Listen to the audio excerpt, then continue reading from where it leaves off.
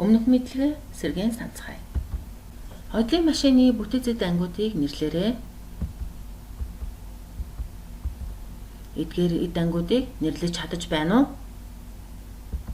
Дарагчул, чилног, дамаар, хөдөлгүүрийн хэсэг гэсэн эд ангиудыг бид өмнөх хичээлээр үзэж судалсан. Тэгвэл дээд, доод утас хоорондоо холбогдож оюутал үүсгэж байгаа бичлэгийг ажиглаарай.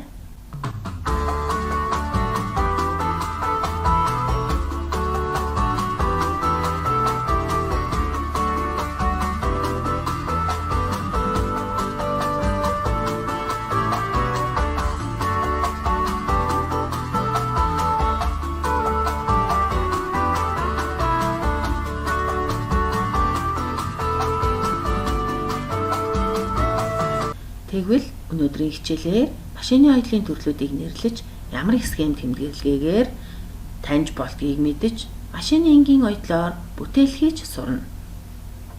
Оюутлын төрлүүд нь материалын шинж чанар, эдлэлийн загвар, хийцнэр төлөөсөө хамаарч оюу харга нь өөрөөр байдаг. Машины оюутлыг 1-р энгийн оюутал, 2-р гоёлын оюутал гэж хоёр ангилдаг. Гоёл чимэглэлийн оюуталт нь эдгээр оюутлууд багтдаг болоо энгийн оюутлын төрөл, тэмдэглэгээ схем зурагтай танилцъя.